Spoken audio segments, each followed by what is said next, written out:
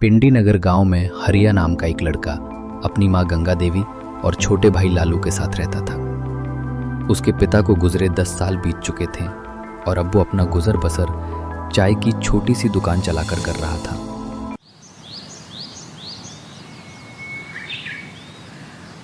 माँ, मैं काम पर जा रहा हूँ। कुछ पैसे देता जा ताकि दोपहर का खाना बना सकूं। अरे माँ, पैसे तो नहीं है। अब जब जाकर चाय बेचूंगा तो कुछ पैसे आएंगे।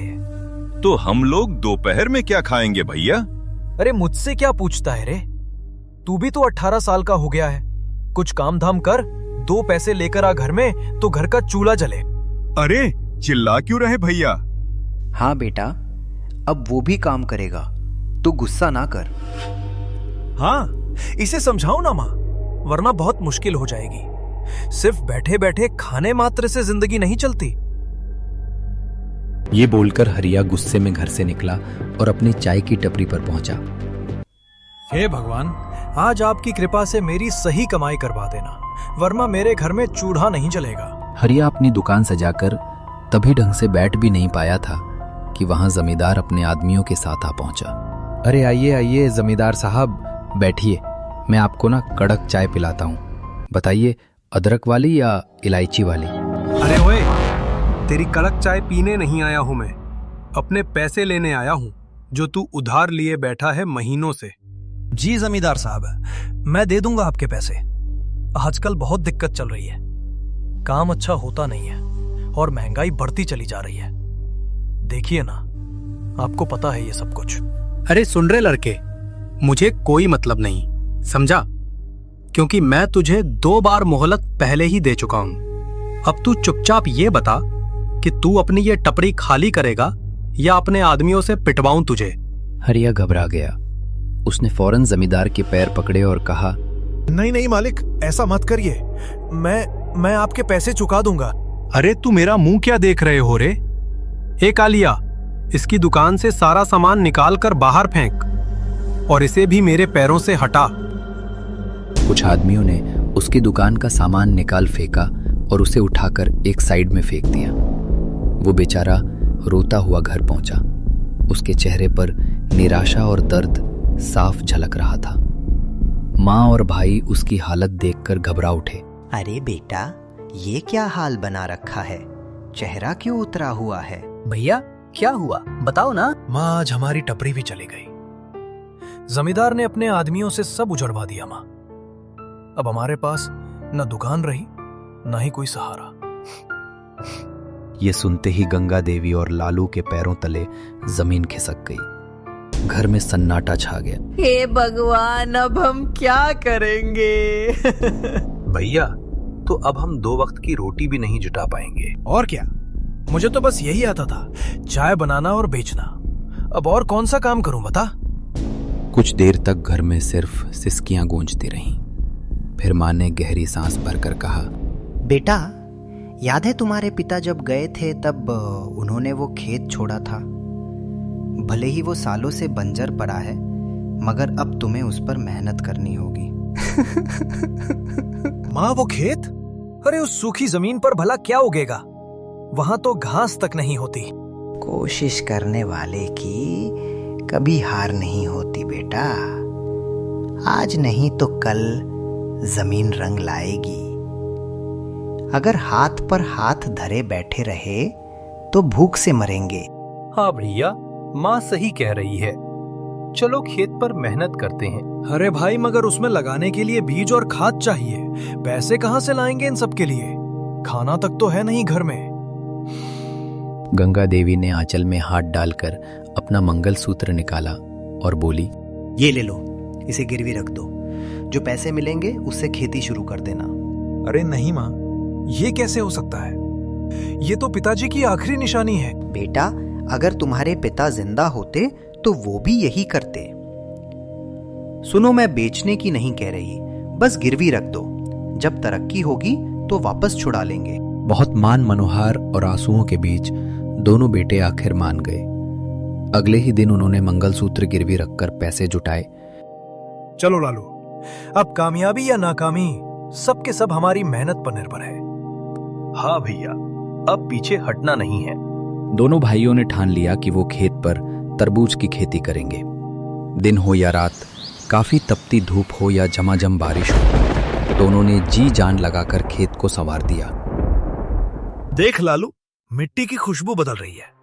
लगता है हमारी मेहनत रंग लाएगी रे। हाँ भैया, लगता है जमीन भी हमारी लगन और मेहनत को पहचान गई है।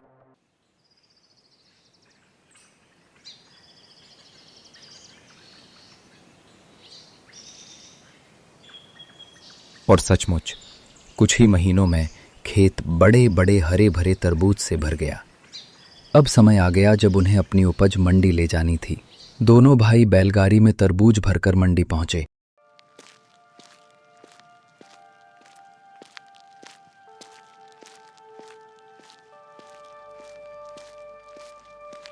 अरे वाह वाह भैया वाह, इतने ताजा और रसीले तरबूज तो मैंने सालों में नहीं देखे, बता रहा हूं।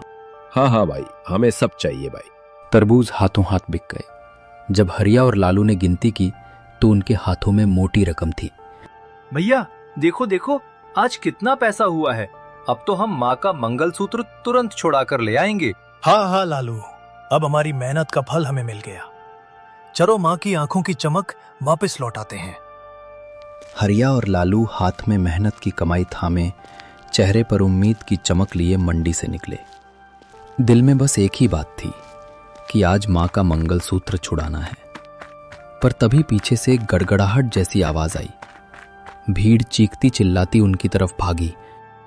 भैया, ये सब हमारे पीछे क्यों दौड़ रहे हैं? पता नहीं भाई, चलो जल्दी जल्दी आगे बढ़ो। भीड़ ने उन्हें घेर लिया।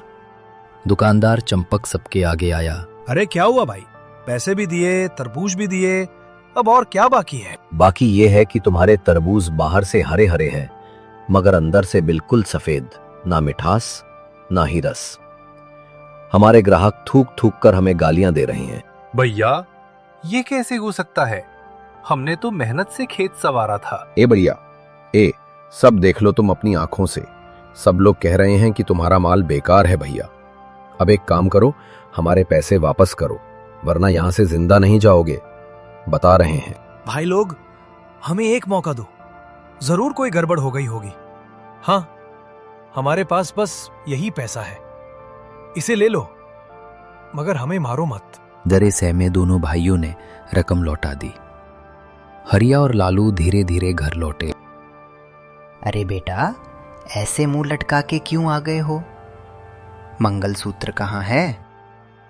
माँ, सब खत्म हो गया माँ। वो तरबूज अंदर से सफेद निकले। सबने हमें धोखेबाज कहा माँ, और पैसे फिर वापस करने पड़े। माँ, हमने महीनों की मेहनत की थी, सब राख हो गया। अब तो जीने की भी इच्छा नहीं बची। देखा माँ, मैंने पहले ही कहा था, वो खेत बंजर है, उस पर कुछ नहीं उगेगा। नहीं बेटा, अगर जमीन सचमुच बंजर होती तो उस पर तरबूज के बेले लहलाती। क्यों? कुछ तो चूक हुई है। हार मानने से जिंदगी नहीं चलती। मगर माँ, अब किसमें ताकत बची है बताओ? ना पैसा है, ना ही हिम्मत है। फिर से कैसे शुरू करेंगे? इस बार तरबूज नहीं, खजूर की खेती करो। समय ज्यादा लगेगा, मगर मुझे यकीन है इस बार किस्मत बदल जाएगी। खजूर? मगर माँ, बात वही है, पैसे कहां से आएंगे इस बार? मेरा आंगन ही गिरवी रख दो, झोपड़ी ही दे दो। माँ, अगर ये भी घर चला गया तो हम रहेंगे कहाँ? माँ, तुम पागल तो नहीं हो गई हो? क्या बोले जा रही हो? पागल नहीं हूं, बस समझती हूं कि जिंदा रहने के लिए छत से पहले अगर भगवान ने चाहा तो ये घर भी लौट आएगा। दोनों भाई माँ की बात सुनकर पत्थर हो गए, मगर हालात ऐसे थे कि इनकार की गुंजाइश ही नहीं थी। अगले दिन वो जमींदार के पास पहुंचे। मालिक साहब, हमारी झोपड़ी गिरवी रख लो, पर कुछ पैसे दे दो। तुम्हारी झोपड़ी? अरे वो माचिस की डिब्बी जैसी जगह मेरे किस काम की भाई? मालिक, वो सड़क किनारे है, अगर आप वहां कुछ बनवाएं तो उसकी कीमत आसमान छू लेगी। जमींदार की आंखों में लालच चमक उठा।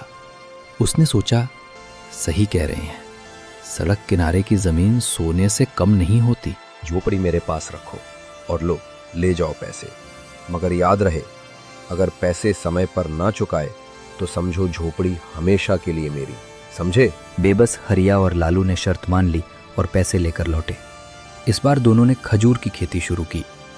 समय बीता, साल बदला और मेहनत रंग लाई।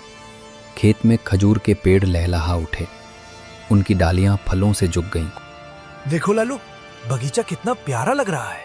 हाँ भैया, अब मंडी में सबको मुंह जवाब देंगे।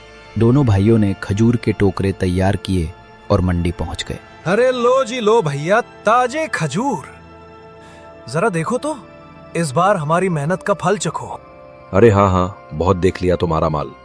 अब की बार बिना देखे ही कहता हूं कि ये सब बेकार है, नहीं चाहिए भैया, आगे बढ़ो।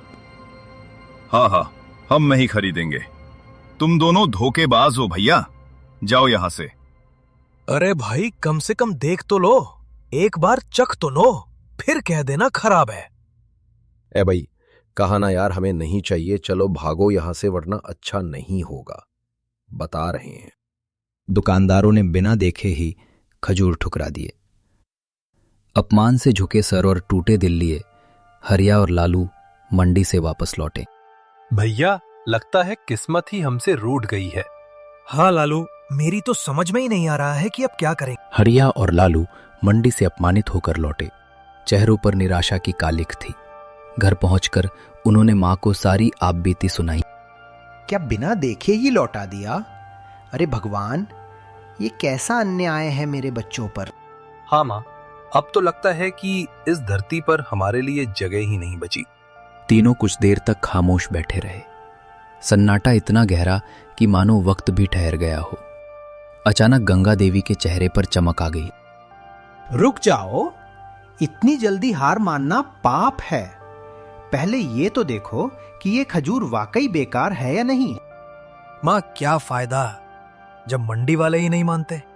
चुप, बिना चखे फैसला मत करो। ले आओ ये खजूर। तीनों ने खजूर तोड़े और खाने लगे। अरे अरे वाह, ये तो गजब के मीठे हैं। सच कहूं तो मैंने इतनी स्वादिष्ट चीज अपनी जिंदगी में नहीं चखी। देखा, ये कोई साधारण खजूर नहीं, ये तो वरदान है। मगर कमी है हमारी सोच में। मंडी वालों की दया पर जीने की बजाय हमें खुद रास्ता बनाना होगा। पर माँ, कैसे? मेरे पास एक उपाय है। हम इन खजूरों की बर्फी बनाएंगे और सीधा गांव वालों को बेचेंगे। मीठे खजूर और देसी गुड़ से जो स्वाद बनेगा उसे खाकर लोग दीवाने हो जाएंगे। हरिया को थोड़ी उम्मीद जगी। वो तुरंत बाजार की ओर भागा और गुड़ खरीद लाया। गंगा देवी ने खजूर और गुड़ को मिलाकर रात भर चूल्हे पर पकाया। भट्टे की आंच, मां के हाथों का जादू और उनकी आस्था, तीनों ने मिलकर बर्फी तैयार कर दी। अरे आओ आओ भैया, अरे खजूर की बर्फी मीठी, नरम और एकदम देसी भैया। अरे बाबूजी आओ, अरे माताजी, अरे भैया, ए आओ भैया आओ। लो जी लो, खाओ और बताओ कैसी है ये खास बर्फी। लो भैया। ए दादा, आओ देखो चखो। गांव वालों को तो पहले ही शक था, मगर जैसे ही बर्फी मुंह में गई सबके चेहरे खिल उठे। क्या खिला रहे हो? क्या है ये? बर्फी, खजूर की बर्फी। चलो चखा रहे हो तो खा ही लेते हैं भैया, चखने में कौन सा पैसा लग रहा है। अरे भैया, ये तो गजब है भैया। अरे भैया, गजब हो गया, ये गजब है। अरे भाई, और मिठाई तो छोड़ो, ये तो बिल्कुल दवा की तरह ताकत दे रही है। मेरे तो हाथ पैर में दर्द था, लेकिन अब मुझे काफी अच्छा महसूस हो रहा है भैया ये खा के। हैं? एक काम करो भैया, मेरे लिए आधा किलो तोल दो। हाँ, और मेरे लिए 1 किलो भाई। भैया, मुझे भी 1 किलो कर देना, मुझे तो बच्चों के लिए भी चाहिए। कुछ ही दिनों में खजूर की बर्फी पूरे गांव की सबसे ज्यादा बिकने वाली मिठाई बन गई। सभी तरफ उन्हीं की चर्चा थी। पैसे बरसने लगे। कुछ ही महीनों में हरिया और लालू बहुत अमीर हो गए।